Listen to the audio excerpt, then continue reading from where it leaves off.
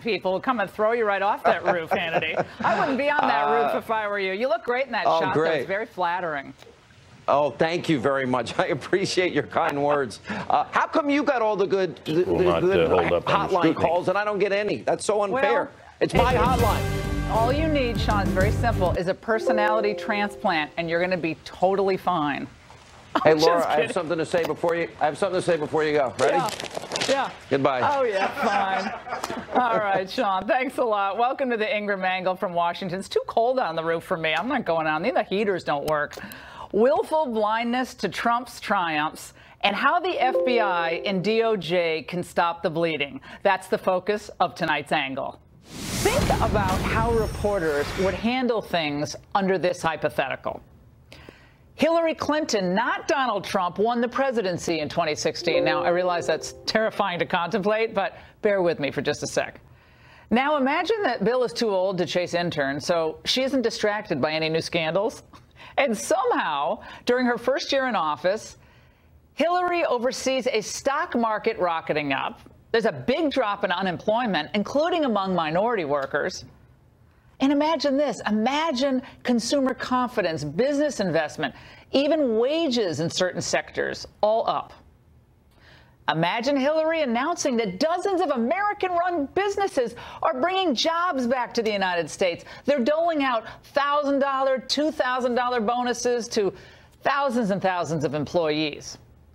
And let's just say that Republican leaders respond to this news by calling that money crumbs, and it's all just a gimmick. Meanwhile, imagine President Clinton renegotiating important trade deals and taking unilateral action to level the playing field for American manufacturers and workers. Now, by the way, I actually remember when both Hillary and Barack Obama were running for president in 2008. And back then, they both sounded a lot more like Trump than Trudeau on NAFTA. You will notify Mexico and Canada NAFTA is gone in 6 months. We will opt out of NAFTA unless we renegotiate it. I think actually Senator Clinton's answer on this one is right. I think we should use the hammer of a potential opt-out. Does anyone even remember that? I do. Now, imagine Hillary Clinton targeting illegal immigrant criminals, felons, who are endangering their mostly Hispanic neighborhoods. Imagine if, thanks to the military planning under Commander-in-Chief Clinton, we had smashed ISIS and driven them out of Syria. Well, we all know, on the economy especially, what the press and the Democrats would be saying. And it wouldn't sound like this.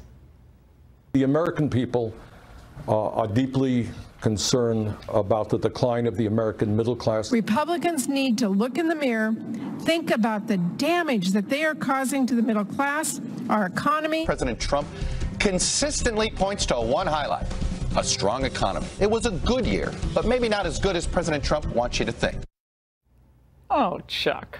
Amazing. Now, not that liberals care. They not only don't, give Trump credit for his policies or any reworked trade deals or moves on deregulation.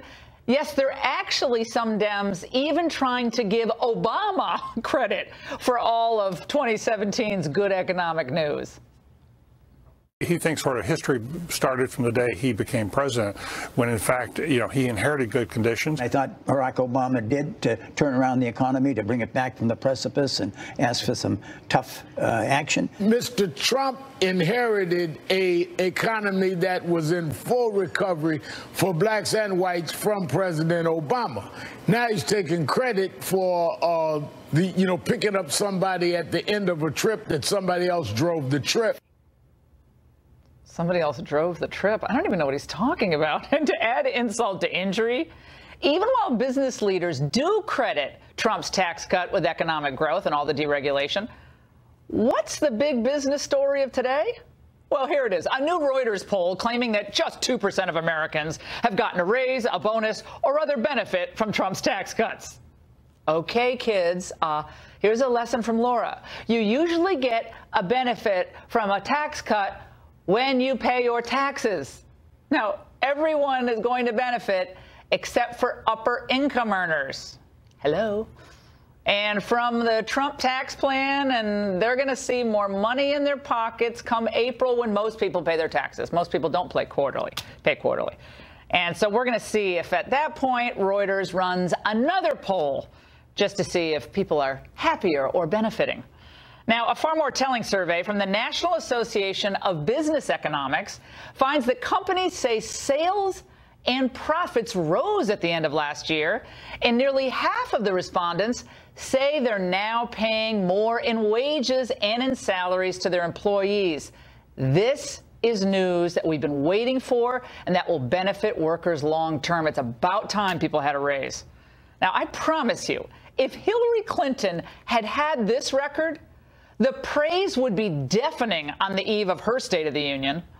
Meanwhile, the media spent the day blaming the real president for the voluntary resignation of FBI Deputy Director Andrew McCabe. The president played this very active public role in pressuring the Justice Department to get rid of McCabe. So far, the White House is saying the president was not involved in this, was not pushed at all. Jake, it seems hard to believe that. This is yet another instance of the president bullying and pressuring law enforcement agents who he's concerned about investigating him. Is anybody safe in the Justice Department? Oh my God. Is anyone safe from media bias at NBC? That's my question. Here's the only problem with that lovely little scenario they painted. There's no evidence to indicate that Trump is responsible for the McCabe resignation. And do we really want a deputy director of the FBI who's so afraid that he has to resign if he's totally in the right? Of course we don't. White House spokeswoman Sarah Huckabee Sanders said this. Can you say definitively then that the president did not play a role in Andrew McCabe stepping down? Yes, I didn't say the president wasn't part of this decision-making process. Now, a more likely theory, I think, is that McCabe himself, along with his previous boss, Jim Comey, are actually to blame for this early retirement. Now, given McCabe's partisan ties via his wife to Hillary's, best friend, Terry McAuliffe, well, he shouldn't have been within 100 yards of either the Hillary email or the Trump-Russia investigations, not with that close tie. Remember, McCabe's wife received a $500,000 donation from Terry McAuliffe's PAC for her failed political campaign. Now, given this, he should have removed himself or recused himself from both probes. And there is a New York Times report tonight suggesting that FBI Director Christopher Wray was concerned about the findings of a forthcoming government investigation into the FBI and into McCabe's conduct. That's the Inspector General's report. And the Times source said that the director and McCabe had a frank conversation about that report, and apparently a demotion was discussed for McCabe. Now, whatever the explanation for McCabe's departure, I say this: it's about time. Now, there's a larger point being lost in the McCabe blame game. Like, the president is actually trying to restore confidence in law enforcement institutions that I think for a long time have been used as political instruments. There are a lot of great rank and file people, of course, the overwhelming majority. But when the leadership appears to have a political axe to grind, nobody is served by that. So it's time to cleanse the upper tiers of the Justice Department and the FBI of all partisanship. It's critical. Sessions Deputy Attorney General Rod Rosenstein may be the next one on the chopping block. He reportedly reviewed and approved that FISA application to surveil the Trump campaign, and we understand it looks like it was based on that phony Clinton-funded Russian dossier. And of course, anti-Trump partisans, Jeannie Rhee and Andrew Weissman, should be immediately terminated from the investigation as well, before any more damage is done to the credibility of both the FBI and the Justice Department. And that's the angle. Joining us now for reaction from Minneapolis is John Iannarelli. He's a former national spokesperson for the FBI. And here in Washington is Joe DeGenova, a former U.S. attorney for Washington, D.C. Joe, your reaction to the McCabe departure and the media from the moment the story broke on all the other cables and on NBC, CBS, ABC tonight, it was Trump to blame. Well, to blame is McCabe, and to blame is Comey, and everybody else at the senior levels of the FBI. This is quite a disgraceful moment for the Bureau. As someone who has worked with the Bureau for over 30 years, I'm truly saddened by the fall from grace of everybody there. But make no mistake about it, this was a plot to exonerate Hillary Clinton illegally, and then if she lost the election, to frame Donald Trump with an illegal crime. This is the worst period in the history of the Bureau, much worse than the late Hoover period when they were spying on domestic groups. This was the weaponization of the FBI for political purposes by all the people at the upper echelon of the Bureau. And I think it's really time for people in the other party who seem to make nothing but excuses for the senior people at the Bureau and the Department of Justice, may I say, to kind of wake up and see that what's coming now is a federal grand jury, and it's not going to be pretty. John, you represented the Bureau in the public domain, and you were the spokesperson for the Bureau. Your reaction to the day's developments and the effort to blame Donald Trump for the early retirement of the deputy director?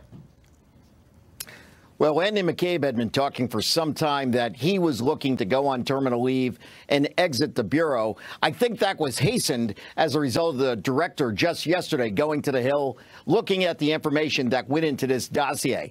But I will tell you, no president, whether it's Trump, Obama, or anyone else, tells the FBI what to do. The FBI is independent. They are there for the people. And to think for a minute that a sitting president would be able to push out a deputy director, that goes against everything the FBI has stood for the past 109 years. Yeah, well, did you speak to McCabe a few weeks ago? I happened to be at headquarters a couple of weeks ago and chatted with him briefly. And what did he say? Well, we didn't talk about him possibly leaving. At that time, he was in the office while the director was out on other business. So essentially, he's the man in charge. It seemed to be business as usual. However, everybody in the Bureau knew that McCabe's days would be running short because of the history. It was time for the Bureau to move on with a clean slate and get back to the work that the FBI does. All right. And, Joe, I mean, he wanted to leave in the spring. The IG report is coming out in the spring, but it's a wild coincidence if indeed the FBI director strolls up to Capitol Hill on Sunday, reads this very short report, 4 pages, and then it just so happens that Monday, oh, McCabe's like, you know something, I'd rather go skiing in Breckenridge for the next 2 weeks. I'm not going to be doing this work any longer. Well, according to the New York Times and the latest publications, Christopher Wray was shocked on Sunday when he read the 4 pages. Now, first of all, if that's the case, where has he been since he was sworn in? There is enough evidence on the public record before that, with the information from the Inspector General and from the Hill, with the legal release of documents, that it was clear that Mr. McCabe and others had engaged in highly improper, probably illegal activity in the FISA court stuff, along with the dossier from Christopher Steele. So, first of all, McCabe should have been gone a long time ago, and so should Strzok and Page and all the people involved in this. This is a dark moment for the FBI. It's going to take a lot for them to recover from this. We had Jim Comey tweeting after the McCabe news came out. He's tweeting quite a bit. It's very poetic, his tweets. Yes. He said, Special Agent Andrew McCabe stood tall over the last 8 months. He always makes height references, Comey. I wonder why. When small people were trying to tear down an institution we all depend on. He served with distinction for 2 decades. I wish Andy well. I also wish continued strength for the rest of the FBI. America needs you. John, what do you make of the Comey tweet? Well, small people, I will tell you, tall people. He's 6'8", by the way, Comey. Go ahead. Obviously, McCabe is part of Comey's legacy. Now, Andrew McCabe did a lot of good things in the Bureau during his career, but it doesn't matter. When you're doing something wrong, that is the time that it has to be stopped immediately. I had some very good agents that made an unfortunate mistake along the way, and they were summarily dismissed from the FBI. John, he was the guy to whom Peter Strzok reported, correct? Yeah, that's how it went down. And McCabe could have, Joe, we're almost out of time. McCabe could have used just one of the regular field office set of investigators to do both the Clinton and the Trump investigation. These are professionals who could run this thing and run it right. He chose to put together this team, correct? Yeah. It's not an unfortunate mistake. Comey was a dirty cop, and unfortunately, he dirtied up everybody else around him. All right, gentlemen, we also have a huge development, by the way, in the Russia probe. A House committee, of course, has begun investigating the investigators. Up next, we're going to talk to a congressman who voted tonight to publicly release that memo that could spell big trouble for which voted this evening to publicly release that bombshell. We hope it's a bombshell FBI, a FISA memo, I should say, alleging serious surveillance abuses by top officials at DOJ and the FBI. Now, President Trump has 5 days to decide whether he has any objections to releasing this classified memo. Adam Schiff, the top-ranking Democrat on the committee, is wasting no time expressing his outrage. Today, this committee voted to put the president's personal interest, perhaps their own political interest, above the national interest. We also learned tonight that the Intel Committee has opened an investigation into the DOJ and the FBI. And joining us now to discuss these developments, Congressman Chris Stewart, a member of the Intel Committee from Utah. Congressman, great to see you. When can we expect this memo to be released? Well, I would love it released tonight. I think it's in your pocket. Get it. I want that memo. Pull it out. Come on, let's go. Hopefully soon. I mean, it's important for the American people to see this, and I don't think the president will delay. I hope he doesn't. This is what Mark Walker, your colleague, a Republican from North Carolina, said earlier today. Let's watch. If your audience or if somebody's believing that this is the end-all smoking gun, it isn't. Does it name names? Does it present some very intriguing facts, as I would share that makes you ask even more questions? To make the case that this is the most shocking document in the history of mankind, I believe that's a little hyperbole. Are you guys engaged in hyperbole, Congressman? Well, I can tell you I haven't been. Now, some people have, and we've actually cautioned against that. But this is an important document. It's very important for the American people to know that. And I think there's two things worth saying here. One is the process. I mean, I listen to Mr. Schiff, and my head just wants to explode. I mean, look, these are my Air Force wings. My father was an Air Force pilot. I mean, to accuse us of saying we would endanger national security is just silliness. And this memo doesn't do that. But what it does do is it asks these questions. Was the FBI fair? Were they accurate? We've been making accusations against people, serious accusations, that they've been called traitors, they've been called treasonous for more than a year now. Did the FBI make those kinds of accusations against innocent people with laughable evidence? That's the kind of things this memo will address. Congressman Gates from Florida has been on our air, been a frequent guest on this show, and I mean, to listen to Congressman Gates, this has just got barn burner of a memo, and I think people have gotten their hopes up that, you know, there's this guy is going to go and then this person's going to lose his job and maybe this one's going to go to jail. And I always find that Republicans tend to, be bad storytellers. Yeah, no doubt. And I'm worried about that, as are other congressmen to whom I've spoken in the last 48 hours. Well, we've tried to get some people to kind of temper their language. But you know, and I can't speak for what everyone has said, but this memo is very factual. It's not emotional. It doesn't draw any conclusions. It just lays out the facts and lets you draw those conclusions. All right, Nancy Pelosi spoke about an hour ago, and I know you haven't seen it, so this is a gift for you. Let's watch. They have made up a memo that isn't even true, and they're lying to the American people. So what are you going to do about it? The Republican Party has, as I said, crossed over to cover up. They're deadly afraid of the Russia investigation. Wray got the director of the FBI, obviously, recently selected by President Trump. He got the memo. He could have come out and said, this is reckless, don't release it. With all due respect, you really don't know what you're talking about right now. Wow, she even gave it to Chris Cuomo. Well, that was pretty good, right up on the roof here. I would like to know. I would like to know if she's been down to read the memo. We have members. Has she read it? I don't know. I can tell you there's only. Well, yeah, there is. We know. We know, and there's been about a dozen. Out for us. I want to know. But we had members of the Department of Justice over the weekend who were saying it was reckless to release this memo when they had not read it. They didn't know what was in it. They were making accusations that they had no knowledge of, and I think that... What about Sessions and all this? Jeff Sessions, what has he said? I mean, he's the head of the Justice Department in which the FBI resides. So is he Or he's just not going to come because it's Russia. I've recused myself from all things related to Russia, which I still don't understand. Well, and that's one of the great disappointments. I think Jeff Sessions was one of the most decent, honorable men in Washington, D.C., but... Shouldn't have put Rod Rosenstein. Huge mistake as deputy. But I would say, he's recused himself from one of the most important undertakings that we're engaged in. You can't recuse right yourself. now. You're going to be Attorney General. And I've said to him, sir, I wish you would not have done that. But because you have, I think you have an obligation to step aside and let a department be led by someone who will not step aside. So you're saying Sessions can't lead this department under these circumstances? I've said in the past, it's just unfair for him. It's unfair to what we are trying to accomplish. Are there other people who agree with you more than the few that we've seen quoted publicly? I think there's some. I love Jeff Sessions, first of all. I think he would have been a great DHS secretary. For some reason, this fit I'm concerned about. He's great on immigration, so good on some of the enforcement, gang stuff. He's great on frankly, the marijuana enforcement, which I think is good to give discretion to the field offices.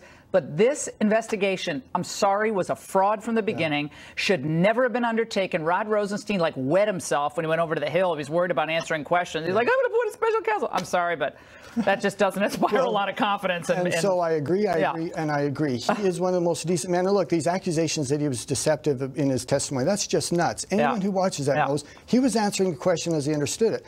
But unfortunately, this city chews up good people sometimes. Yeah, it does chew up good people, but that's why you can't be recusing yourself and naming Rod Rosenstein as your deputy. Thank you, Congressman. We look forward to the release, and if you can give it to me before the end of the hour, I'd appreciate it. As Congress, by the way, struggles to find an immigration solution, another big deal for you guys, there's already a great plan in the Senate that would address all the press.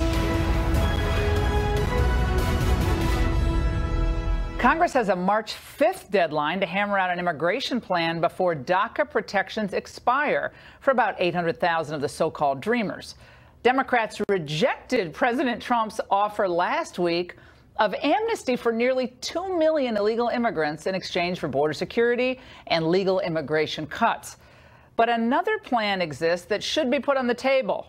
Republican Senator David Perdue is one of the men behind it. He joins us now with more. Senator, always great to see you. I run into you at an event on Saturday, and I said, you better come on the show, and here you are, so thank you. So you and Tom Cotton, in my view, came up with an original idea that kind of, in some ways, mirrors what was going on in the Hill with Goodlatte and Mike McCall. And it was focused on the 800,000 DACA people who are not kids. They are adults now, for the most part. And then you did the chain migration, end of that, end of visa lottery.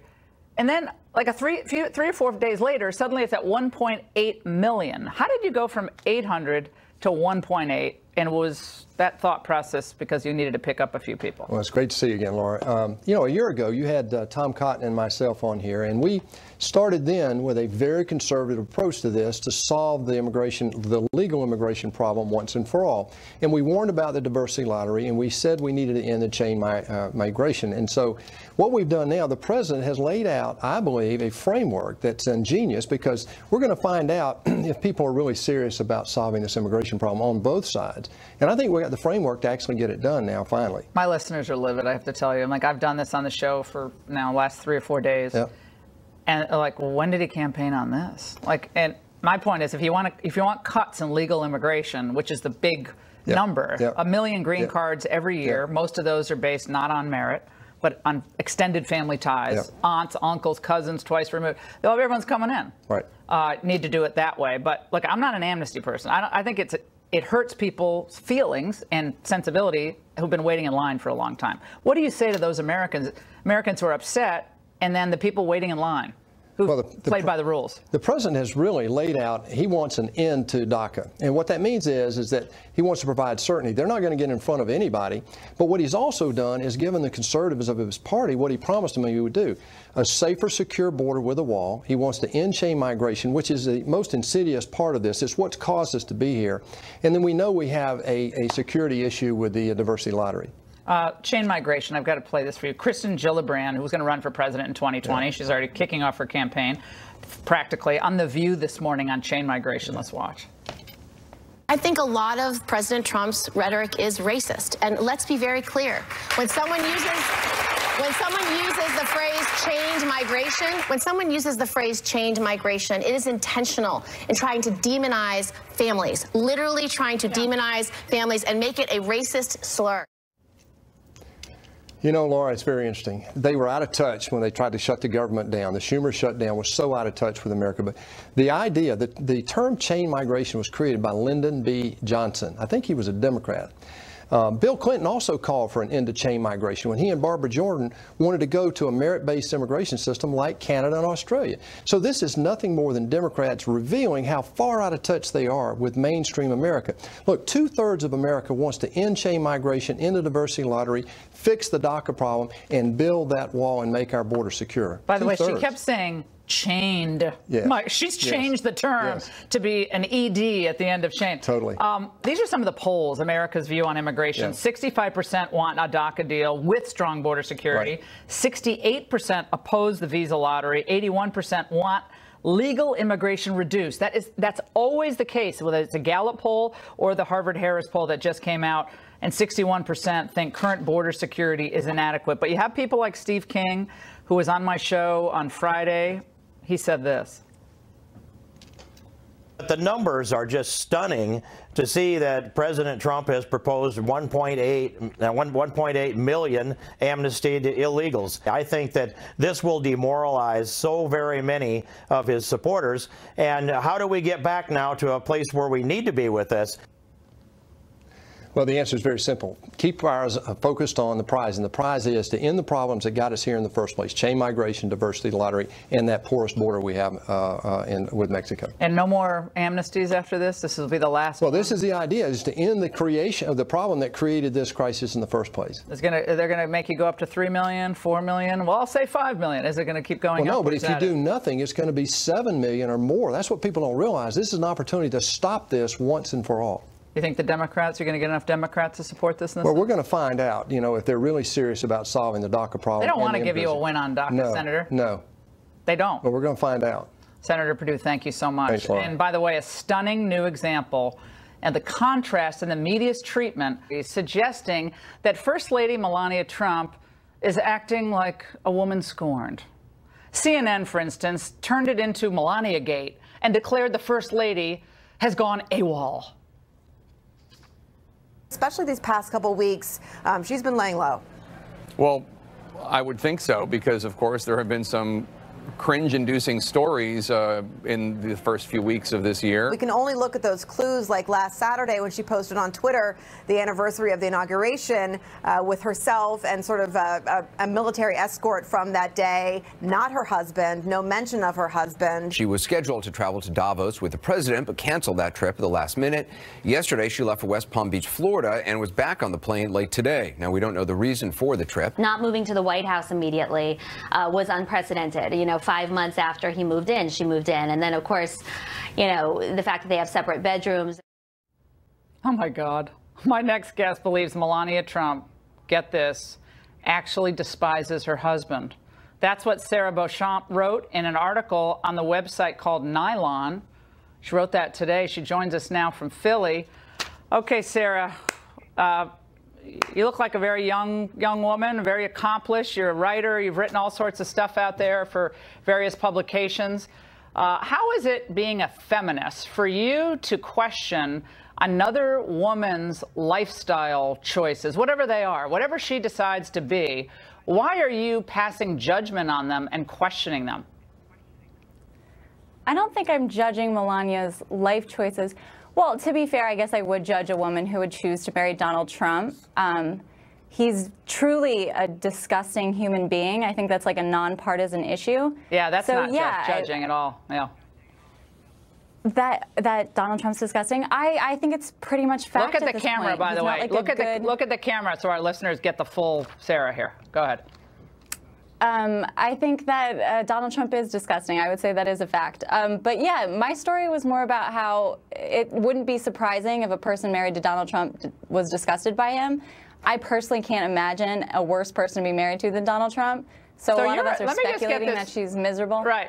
But let me just get this straight. You're a reporter, and you're writing about Melania Trump as if she's a political actor here. And you said that that's a fact, that you said Donald Trump is disgusting, that's a fact. Well, you're a writer, so you know when you use the word disgusting, that's a subjective statement, is it not? It is not a fact. It is a fact that he's president of the United States. It is not a fact that he's disgusting. You and your liberal friends who sit around talking about how awful the country is under Donald Trump, yeah, you see, I grant you that, you think that, but how are you to judge another woman's choice about a relationship? And did you do the same, for instance, when Hillary Clinton stood by her man, when Hillary Clinton decided to fire or not fire someone who had sexually harassed or reportedly sexually harassed someone on her campaign staff? Were you making judgments about that, or you reserve it for Melania because you think her husband's disgusting?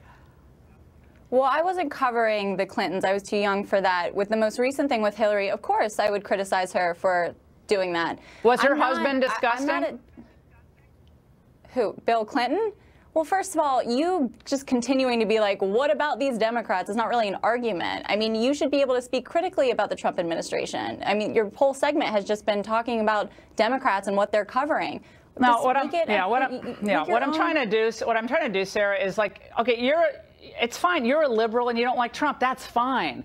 But to write something about a woman's decision to, travel to Davos or not travel to Davos, you make this wild leap of logic without any factual underpinning that I know of. And yet, you carry yourself off. So, oh, it's a fact that this is.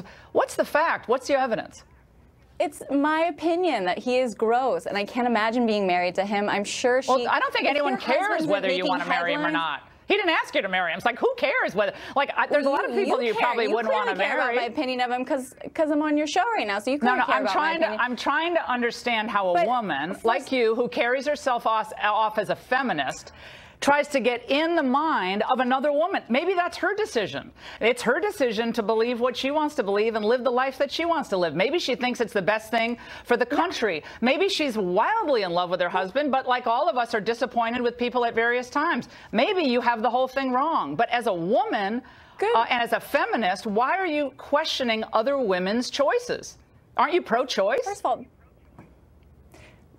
good one. Being a feminist does not mean that you're not critical of women. That you know that that's not what it means. You know it means equality for all genders. That's exactly what feminist means. It does not mean that I have to be nice to every woman that I meet. Melania is complicit in an administration that has been abhorrent as of now. I mean, racism has gone up, anti-Semitism has gone up, anti-LGBT sentiments have gone up in this country. She's complicit in a pretty gross administration. My article was about my opinion. I think he's disgusting. I can't imagine being married to him. And all the pictures we see and her swatting his hand away are not evidence to the contrary. It kind of looks like she's disgusted by him. That's what my story was about. All we have to go off over the images and videos that we see. Right. Yeah, that's fascinating. And so did you ever comment? She looks pretty grossed out. If they're happy, good. I hope she is happy. I mean, I'm sure you do. Something attractive I'm sure you hope she's happy. Sarah, did you comment at all about Michelle Obama spending an extra 3 weeks in Hawaii in 2014 after that unfortunate, deal with the, selfie at the Mandela funeral? Did you write about that or think about that? Like, she spent I guess 2.5 weeks, something like that, after that little episode at Gayle King's. You don't remember that? Yeah. No. I don't remember Obama being in the headlines. Did you remember that paying $130,000 in hush money to a former porn star. Yeah. Well, you remember the magazine in a hotel room a few months after his wife gave birth to her first child. I forgot that story about Obama. I guess that might pass as logic for your generation, but you want to remember what you want to remember. Like that, Michelle would have avoided him for a couple days. You never know. We will never know because there's literally comparing this administration to nothing that's come before it. Sarah, I have one question. Are you going to give back the tax cut that you get because of this abhorrent, horrible president? Are you going to give it back to the Treasury to fund some liberal program or save a snail darter? Of the American people to ask for a decent man as their president and someone who can give them a tax cut. I'm not greedy for wanting both. We can want a decent person leading the free world in addition to being good at business. That's not too much to ask. All right, Sarah. Well, you have a lovely evening. And Hillary Clinton's embarrassing cameo at the Grammys and their award-winning hypocrisy when we return. Now, you just knew that last night's Grammys would have more anti-Trump politics and the Me Too moments. Then, of course, music, at least that's the way it seemed, and the public responded by tuning out in record numbers. Yet somehow it did not strike organizers as hypocritical to feature a cameo by Hillary Clinton, arguably the worst enabler of a sexual abuser that we've ever seen in public life. Well, of course, she targeted the president doing a mock audition for narrator of the recent anti-Trump book. He had a long-time fear of being poisoned. One reason why he liked to eat at McDonald's. Nobody knew he was coming, and the food was safely pre-made. That's it. We've got it. That's the one. You think so? Oh, yeah. The Grammy's in the bag? In the bag. She looked great there. Well, this is the woman, by the way, that the Grammys lionized. So just last week, we learned that Hillary protected a senior campaign aide, her faith consultant of all things, in 2008, who was accused of sexually harassing a female staffer. This despite the fact that some on her senior staff wanted him fired. There was sexual harassment involved, that the young woman was very credible. And my recommendation to the senator was to fire her. And I was overruled. She overruled you personally? I was overruled, yes. Well, let's examine this breathtaking double standard with Monica Crowley in New York, senior fellow at the London Center for Policy Research.